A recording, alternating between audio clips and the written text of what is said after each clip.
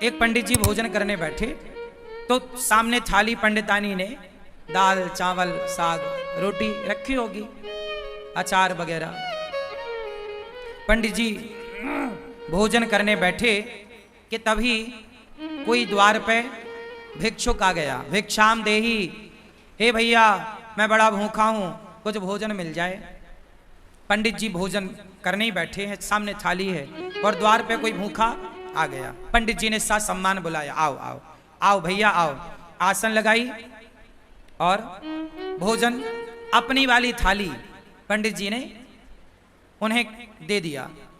और पंडितानी जी ने जो भोजन बनाया था वो जरा सा ही था, क्योंकि घर में कुछ था नहीं, जितना था उसने बनाया। थोड़ी सी दाल थी, आज दाल बनी, साग थी, चावल जो था भिक्षा में उसे मिला। ब्राह्मण थे, भिक्षा मांग कर लाते और जो मिलता खाते। तो आज उनका भोजन जरा कम था, पंडितानी के लिए जरा सा अंदर था। अब वो अतिथि आए और बैठे और वो पंडित जी की थाली में बैठ गए और वो बढ़िया खाए।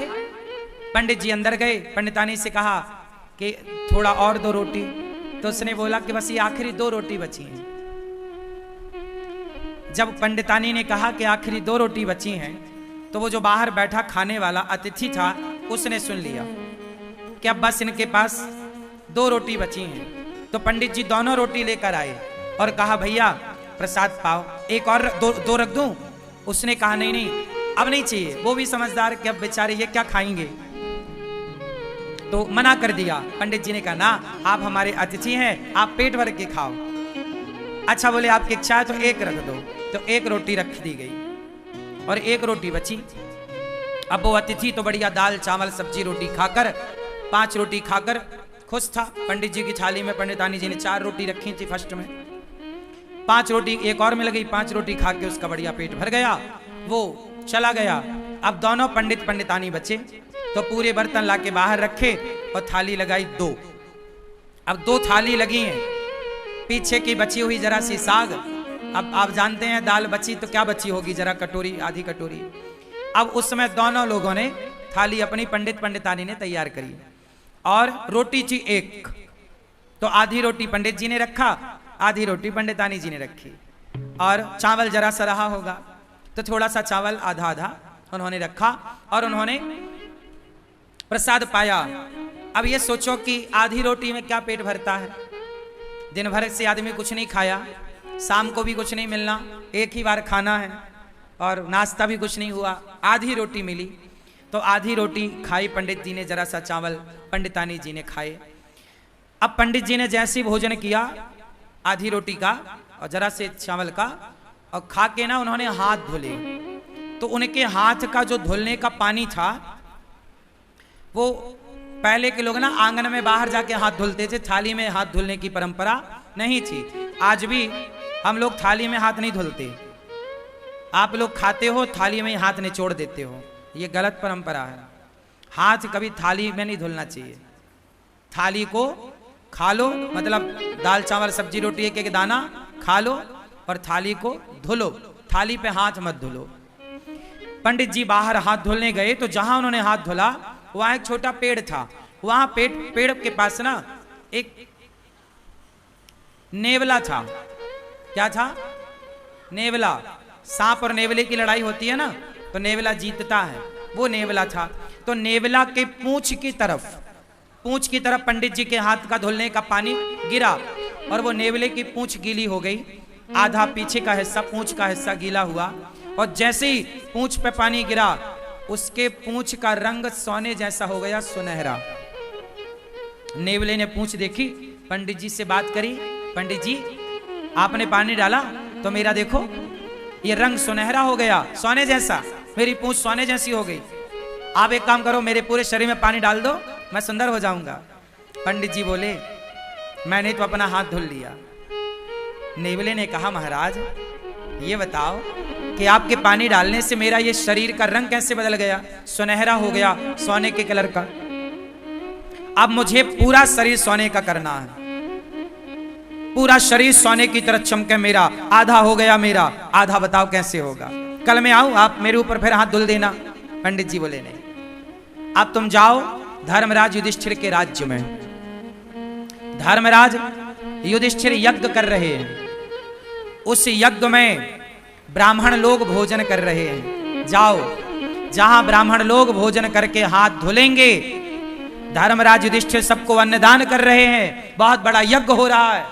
जाओ, यदि तुम्हारा किसी ब्राह्मण के हाथ धुलने के जल से यदि तुम्हारा शरीर सोने का हो जाए तो समझ लेना कि धर्मराज का यज्ञ पूरा हो गया। जाओ। अब वो नेवला बड़ा खुश धर्मराज युधिष्ठिर के राज्य में पहुंचा और जहां सारे ब्राह्मण भोजन करते और पानी से हाथ धुलते, एक अलग जगह पर नेवला जाके वहीं बैठ गया। हजारों नहीं लाखों ब्राह्मणों ने हाथ धुले, हजारों नहीं लाखों लोगों ने प्रसाद पाया, लेकिन नेवले का रंग सुनहरा नहीं हुआ। अब जब सारे ब्राह्मण खाए, दक्षिणा ले लेके चले गए, तो धर्मराज युधिष्ठिर बोले, देखो, अर्जुन बोले कि देखो, अब राजाओं की एक सभा लगी। उस राजाओं की सभा में अर्जुन ने बोला, भीम भैया ने बोला, देखो, आज तक के इतिहास में इतना बड़ा अन्नदान जितना बड़ा धर्मराज युधिष्ठिर ने किया, जितना बड़ा यज्ञ युधिष्ठिर ने किया, आज तक किसी ने नहीं किया। इतना बड़ा यज्ञ किसी ने नहीं किया, इतना बड़ा अन्नदान किसी ने नहीं किया, इतना सारा सोना चांदी हीरा मोती दान दिया युधिष्ठिर जी ने। तब नेवला बोल पड़ा, नेवला, ए भीम चुप रह। नेवला बोला, भीम भैया चुप रहो, कोई यज्ञ व्यज्ञ नहीं हुआ यहां। यज्ञ तो एक ब्राह्मण के घर में हुआ था। कौन हो तुम? नेवले को बुलाया। भीम भैया ने पूछा, तुम कौन हो? नेवले ने कहा, भैया मैं तो नेवला हूं। तो तुम्हारा ये शरीर सुनहरे का कैसे है? सोने का रंग सुनहरा कैसा? नेवला ऐसा तो नहीं होता, तुम्हारे ये बाल सोने जैसे चमक रहे हैं कैसे? उसने कहा, महाराज यहां पास में एक गांव है, उस गांव में एक पंडित पंडितानी रहते हैं। पंडित जी ने हाथ धोया तो उनके हाथ धोने का जो पानी गिरा वो मेरे शरीर पे गिरा, तो मेरा शरीर सोने का हो गया आधा। और उन्होंने कहा कि युधिष्ठिर के यज्ञ में जाओ, यदि तुम्हारा पूरा शरीर सोने का हो जाए तो समझ लेना कि उनका यज्ञ पूरा हो गया। और सुनो, तुम्हारा कोई यज्ञ पूरा नहीं हुआ, मैंने तो कब से बैठा गीला होता रहा, मेरा शरीर सोने का नहीं हुआ। और तुम कह रहे हो कि धर्मराज ने इतना बड़ा यज्ञ किया, इतना दान किया। वो पंडित जी ने जो हाथ धोले तो मेरा शरीर बदल गया, और तुम्हारे यहां तो इतने ब्राह्मण खाए, कुछ नहीं हुआ। भगवान श्री कृष्ण भी उस सभा में बैठे थे। भगवान कृष्ण मुस्कुरा रहे हैं मंद मंद। अर्जुन गए, हे श्याम सुंदर, ये आप ही जानो ये नेवला कौन, ये क्या कह रहा है, आप बताओ कि यज्ञ पूरा हुआ कि नहीं। अब सब में ये कौतूहल हो गया ना कि भाई धर्मराज ने इतना पैसा खर्च किया पर इनका तो यज्ञ पूरा हुआ ही नहीं। नेवला कह रहा है कि जब तक पूरा शरीर सोने का नहीं होगा यज्ञ पूरा नहीं माना जाएगा। अब श्री कृष्ण से जब कहा गया तब भगवान श्री कृष्ण ने कहा, ये सुनो, अभी आपका यज्ञ पूरा नहीं हुआ, इसलिए इसका शरीर सोने का नहीं हुआ। हो जाएगा पूरा तो इसका शरीर निश्चित सोने का होगा। अर्जुन ने कहा कि हे प्रभु, मेरे भाई ने युधिष्ठिर जी ने जितना बड़ा यज्ञ किया, आज तक इतना बड़ा यज्ञ किसी ने नहीं किया। जब किसी ने नहीं किया तो इसका आधा शरीर सोने का कैसे हुआ?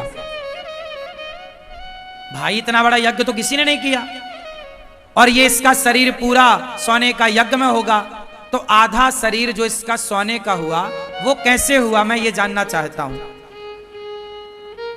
तब भगवान कृष्ण बोले, नेवला तू ही बता।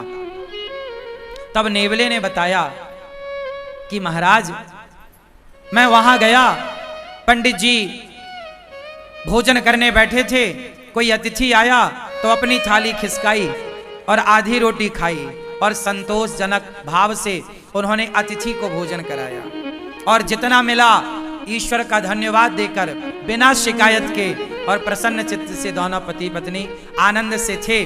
उन ब्राह्मण का, संतोषी ब्राह्मण, भक्त ब्राह्मण, वो भक्त था, संतोषी था। उस संतोषी और उस भक्त का हाथ का जब धौमन मेरे शरीर पर पड़ा तो मेरा शरीर आधा सोने का हो गया।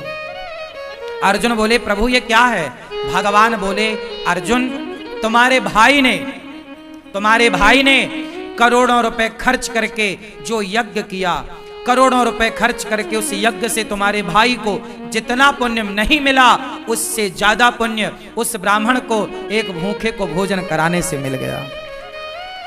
क्यों? क्योंकि तुम्हारे पास तो करोड़ों हैं तो तुम करोड़ों खर्च कर रहे हो, पर ब्राह्मण के पास तो एक थाली भोजन ही था, 4-6 रोटियां ही थी, लेकिन उसने अपना संपूर्ण दान कर दिया, सर्वस्व दान कर दिया। उसकी तो सर्वस्व के नाम पर इतनी ही संपत्ति थी ना, थाली में भोजन। अर्जुन बोले, अब ये बताओ इसका शरीर कैसे सोने का होगा? बोले, आपके राज्य में कोई भूखा है, जाओ पहले खोज करो। खोज किया तो पता लगा कि जंगल में एक महात्मा भूखे बैठे हैं। धर्मराज का यज्ञ सब ब्राह्मण भोजन कर लिए, पर एक ने नहीं किया तो अभी यज्ञ पूरा नहीं हुआ।